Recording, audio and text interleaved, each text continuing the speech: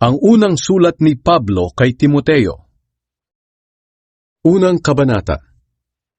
Mula kay Pablo na apostol ni Kristo Jesus ayon sa utos ng Diyos na ating tagapagligtas at ni Kristo Jesus na ating pag-asa. Mahal kong Timoteo, tunay kong anak sa pananampalataya. Sumaiyo nawa ang biyaya, awa at kapayapaang galing sa Diyos Ama at kay Kristo Jesus na ating Panginoon. Babala sa mga maling aral. Gaya ng ibinilin ko sa iyo noong papunta ako sa Macedonia, manatili ka muna riyan sa Efeso para patigilin ang ilang tao riyan na nagtuturo ng maling doktrina. Pagsabihan mo rin sila na huwag pag-aksayahan ng panahon, ang mga walang kabuluhang alamat at ang pagsasaliksik sa kung sino-sino ang mga ninuno nila. Nagdudulot lang ng pagtatalo-talo ang mga bagay na ito. Hindi ito makakatulong para malaman nila ang kalooban ng Diyos. Malalaman lang natin ito sa pamamagitan ng pananampalataya. Ang layunin ng utos kong ito ay magmahalan sila, at magagawa lang nila ito kung malinis ang kanilang puso at konsensya, at kung tunay ang pananampalataya nila. May ilang tumalikod na sa mga bagay na ito, at bumaling sa walang kwentang pakikipagtalo. Gusto nilang maging tagapagturo ng kautusan, pero hindi naman nila nauunawaan ang mga sinasabi nila, ni ang mga bagay na pilit nilang pinaniniwalaan. Alam nating mabuti ang kautusan kung ginagamit ito sa wastong paraan. Dapat nating alalahanin na hindi ibinigay ang kautusan para sa mga matuwid, kundi para sa mga lumalabag sa batas. Suwail, ayaw kumilala sa Diyos, makasalanan, walang hilig sa kabanalan, lapastangan, pumapatay sa sariling magulang at mga mamamatay tao. Ang kautusan ay binigay din para sa mga gumagawa ng sexual na imoralidad, mga nakikipagtalik sa kapwa lalaki, kidnapper, sinungaling at tumetestigo ng hindi totoo, at sa sino mang sumasalungat sa tamang aral na naaayon sa magandang balita ng dakila at mapagpalang Diyos. Ipinagkatiwala sa akin ang magandang balitang ito para ipahayag. Pasasalamat sa awa ng Diyos. Nagpapasalamat ako kay Kristo Jesus na ating Panginoon na nagbigay sa akin ng lakas na maglingkod sa Kanya, dahil itinuring niya akong mapagkakatiwalaan. Kaya nga pinili niya akong maglingkod sa Kanya, kahit na nilapastangan ko siya noong una. Bukod pa riyan, inusig at nilait ko ang mga sumasampalataya sa Kanya. Ngunit kinaawaan ako ng Diyos, dahil ginawa ko ito noong hindi pa ako sumasampalataya sa Kanya, at hindi ko alam ang ginagawa ko. Sadyang napakalaki ng biyayang ipinagkaloob sa akin ng ating Panginoon, pati na ang pag-ibig at pananampalataya na napasa atin dahil kay Kristo Jesus. Ito ang katotohanang dapat tanggapin at paniwalaan ng lahat. Naparito si Kristo Jesus sa mundo para iligtas ang mga makasalanan. At ako ang pinakamakasalanan sa lahat. Ngunit kinaawaan ako ng Diyos para maipakita ni Hesukristo sa pamamagitan ko kung gaano siya katiyaga sa mga makasalanan. Magsisilbing halimbawa ang ginawa ni Kristo sa akin para sa iba na sasampalataya sa Kanya, na pagkakalooban niya ng buhay na walang hanggan. Purihin at dakilain magpakailanman ang Haring walang hanggan at walang kamatayan, ang di nakikita at nag-iisang Diyos. Amen. Timoteo, anak ko, ibinibilin ko sa iyo na huwag mong kalimutan ang sinabi noon ng mga propeta tungkol sa iyo, para magawa mo makipaglaban ng mabuti sa mga sumasalungat sa katotohanan. Ingatan mo ang pananampalataya mo, at panatilihin mong malinis ang konsensya mo. May mga taong hindi nakinig sa konsensya nila, at dahil dito, sinira nila ang kanilang pananampalataya. Kabilang narito sina Himeneo at Alexander na ipinaubaya ko na kay Satanas para maturuang huwag lumapastangan sa Diyos. Ikalawang kabanata. Mga bilin tungkol sa panalangin. Una sa lahat, ipinapakiusap kong ipanalangin niyo ang lahat ng tao. Ipaabot ninyo sa Diyos ang kahilingan niyo para sa kanila ng may pasasalamat. Ipanalangin niyo ang mga hari at mga may kapangyarihan, para makapamuhay tayo ng tahimik at mapayapa na may kabanalan at tamang pag-uugali. Mabuti ito at nakalulugod sa Diyos na ating tagapagligtas.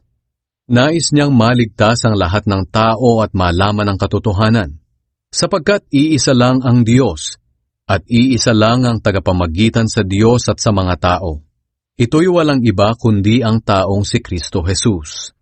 Ibinigay niya ang buhay niya bilang pantubos sa lahat ng tao.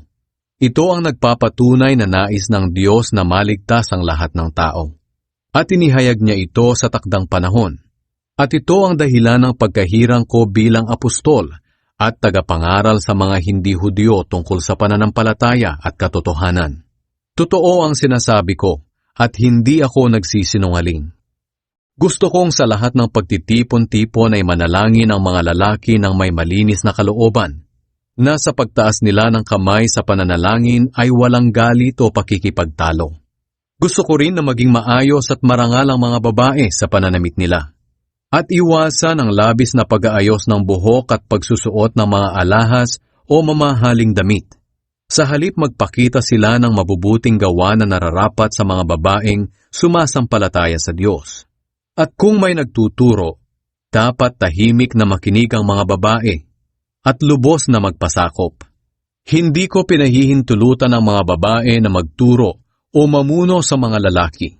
Kailangang tumahimik lang sila, sapagkat unang nilalang si Adan bago si Eva, at hindi si Adan ang nadaya, kundi si Eva ang nadaya at lumabag sa utos ng Diyos. Ganoon paman, maliligtas ang mga babae sa pamamagitan ng panganganak nila, kung magpapatuloy sila sa pananampalataya, pag-ibig, kabanalan, at tamang pag-uugali. Ikatlong kabanata. Ang mga namumuno sa iglesia. Totoo ang kasabihan na ang nagnanais na mamuno sa iglesia ay nagnanais ng mabuting gawain. Kailangan na ang namumuno ay walang kapintasan. Iisa ang asawa, marunong magpigil sa sarili, marunong magpasya kung ano ang nararapat, kagalang-galang, bukas ang tahanan sa mga tao, at magaling magturo.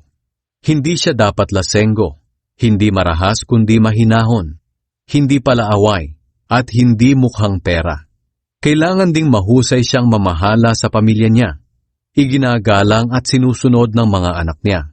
Sapagkat kung hindi siya marunong mamahala sa sariling pamilya, paano siya makakapangasiwa ng maayos sa iglesia? Dapat ay hindi siya bagong mananampalataya, at baka maging mayabang siya at mahatulan katulad ni Satanas. Bukod pa rito, kailangang iginagalang siya ng mga hindi miyembro ng iglesia para hindi siya mapintasan at hindi mahulog sa bitag ng dyablo. Ang mga tagapaglingkod sa iglesia. Ganoon din naman sa mga tagapaglingkod sa iglesia. Kailangang kagalang-galang sila, tapat sa kanilang salita, hindi lasenggo at hindi sakim. Kailangang iniingatan nila ng may malinis na konsensya ang ipinahayag na katotohanan tungkol sa pananampalataya kay Kristo. Kailangan ding masubok muna sila. At kung mapatunayang karapat-dapat, hayaan silang makapaglingkod. Kailangang kagalang-galang din ang mga asawa nila. Hindi mapanira sa kapwa, marunong magpigil sa sarili, at maaasahan sa lahat ng bagay. Dapat iisa lang ang asawa ng mga tagapaglingkod at mahusay mamahala ng kanilang pamilya. Ang mga naglilingkod ng mabuti ay ginagalang ng mga tao, at hindi na natatakot magsalita tungkol sa pananampalataya nila kay Kristo Jesus. Ang hiwaga ng ating pananampalataya.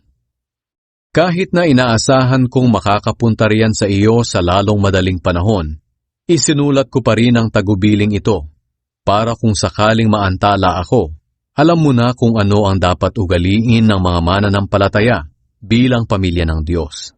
Tayong mga mananampalataya ang iglesia ng buhay na Diyos, ang haligi at saligan ng katotohanan.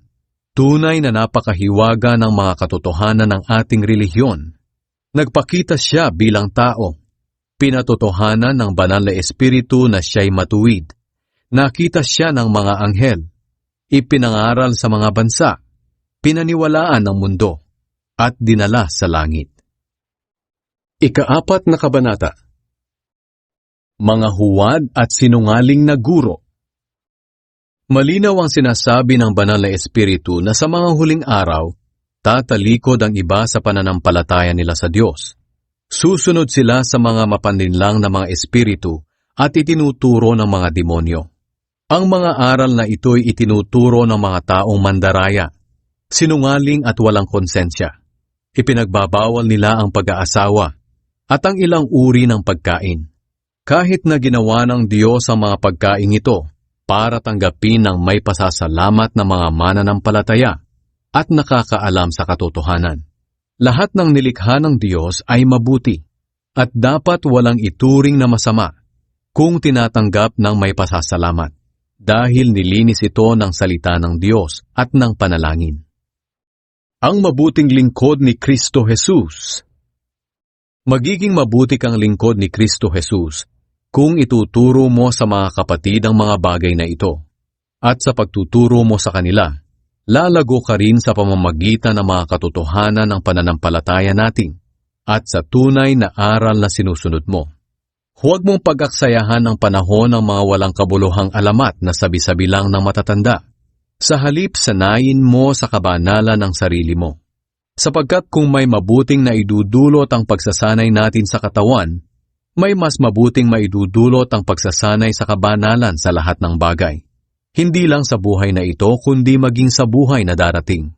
Totoo ang kasabihang ito, at dapat tanggapin at paniwalaan ng lahat. At ito ang dahilan kung bakit nagsisikap at nagtitiyaga tayo sa pagtuturo sa mga tao. Dahil umaasa tayo sa Diyos na buhay, na siyang tagapagligtas ng lahat ng tao, lalo na ng mga mananampalataya. Ituro at ipatupad mo ang mga bagay na ito. Huwag mong hayaang hamakin ka ni numan dahil sa iyong kabataan. Sa halip, maging halimbawa ka sa mga mananampalataya sa iyong pananalita, pag-uugali, pag-ibig, pananampalataya, at malinis na pamumuhay. Habang wala pa ako riyan, gamitin mo ang panahon mo sa pagbabasa ng kasulatan sa mga tao, sa pangangaral at pagtuturo. Huwag mong pababayaan ang kaloob sa iyo ng Banal na Espiritu ayon sa inihayag ng mga namumuno sa iglesia nang ipatong nila ang kamay nila sa iyo. Gawin mo ang mga tungkuling ito at lubos mong italaga ang sarili mo sa mga ito para makita ng lahat ang paglago mo. Maging maingat ka sa pamumuhay at pagtuturo mo. Patuloy mong gawin ang mga bagay na ito para maligtas ka at ang mga nakikinig sa iyo. Ika-5 kabanata. Ang mga responsibilidad ng mga mananampalataya. Huwag mong pagsasabihan ng marahas ang matatandang lalaki. Sa halip, kausapin mo sila na parang iyong ama. Ituring mo ang mga kabataang lalaki na parang mga kapatid at ang matatandang babae na parang iyong ina. Pakitunguhan mo ng may malinis na puso ang mga nakababatang babae na parang kapatid mo na rin. Bigyan mo ng kaukulang pansin at tulong ang mga biyuda na wala ng ibang inaasahan. Ngunit kung may mga anak o apo ang isang biyuda, sila ang dapat kumalinga sa kanya bilang pagpapakita ng takot nila sa Diyos at bilang pagtanaw ng utang na loob sa magulang nila. Sapagkat nakalulugod ito sa Diyos. Ang biyudang nag-iisa na lang sa buhay ay umaasa na lang sa Diyos. Araw-gabi siyang nananalangin at humihingi ng tulong sa Diyos. Ngunit ang biyudang mahilig sa kalayawan ay patay na sa paningin ng Diyos, kahit na buhay pa siya. Ituro mo sa mga kapatid ang mga tuntuning ito upang walang masabing masama laban sa kanila. Ang sinumang hindi kumakalinga sa sariling kamag-anak, lalo na sa sariling pamilya, ay tumatalikod sa pananampalataya at masahol pa sa mga hindi mananampalataya. Ang isama mo lang sa listahan ng mga biyuda na tutulungan ay ang mga hindi bababa sa 60 taong gulang at naging tapat sa asawa niya. Kilala sa paggawa ng mabuti gaya ng maayos na pagpapalaki ng mga anak, bukas ang tahanan sa mga nakikituloy, naglilingkod sa mga pinabanal ng Diyos, tumutulong sa mga nangangailangan, at inilalaan ang sarili sa mabubuting gawa. Ngunit huwag mong isama sa listahan ng mga biyuda na bata pa, dahil kung dumating ang panahon na nais nilang mag-asawa ulit, mapapabayaan nila ang paglilingkod kay Kristo. At dahil dito magkakasala sila, dahil magiging walang saysayang pangako nila na maglingkod na lang kay Kristo. Maliban dito, matututo silang maging tamad at mag-aksaya ng panahon sa pangangapit bahay. Hindi lang sila magiging tamad, kundi magiging tsismosa at pakialamera, at kung ano-ano ang mga sinasabi.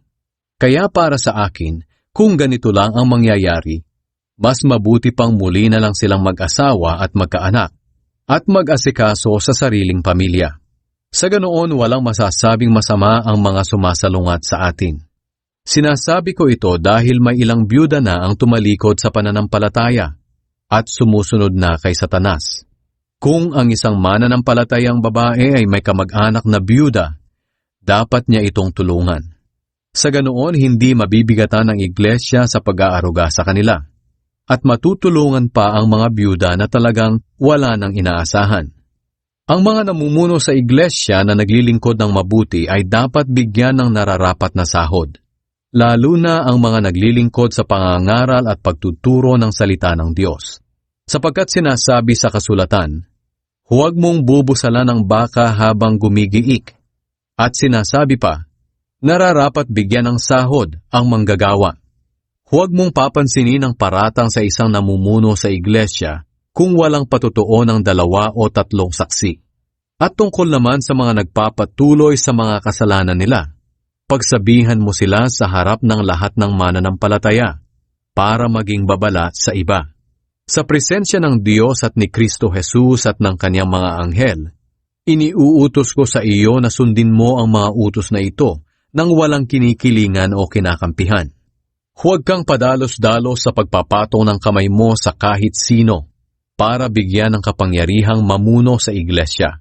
Ingatan mong huwag masangkot sa kasalanan ng iba. Manatili kang walang bahid ng kasalanan.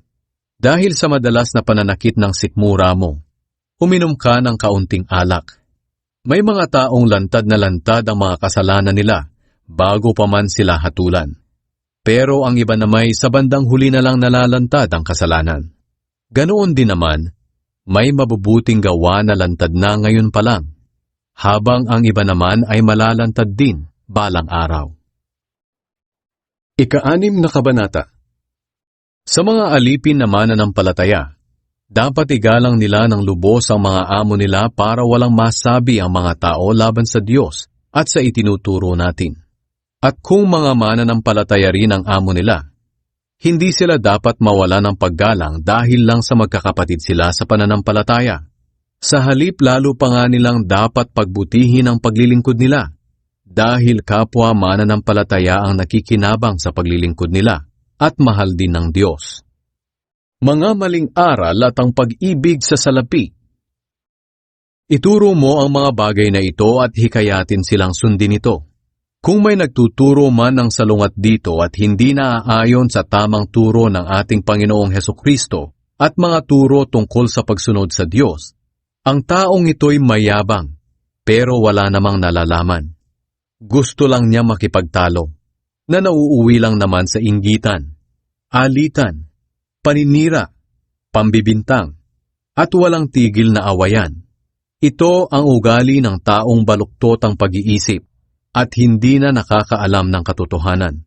Inaakala nilang ang kabanalan ay paraan ng pagpapayaman. Kung sa bagay, daig pa ng taong namumuhay ng banal at kontento na sa kalagayan ang mayaman. Ang totoo, wala tayong dinala sa mundong ito, at wala rin tayong madadala pag-alis dito.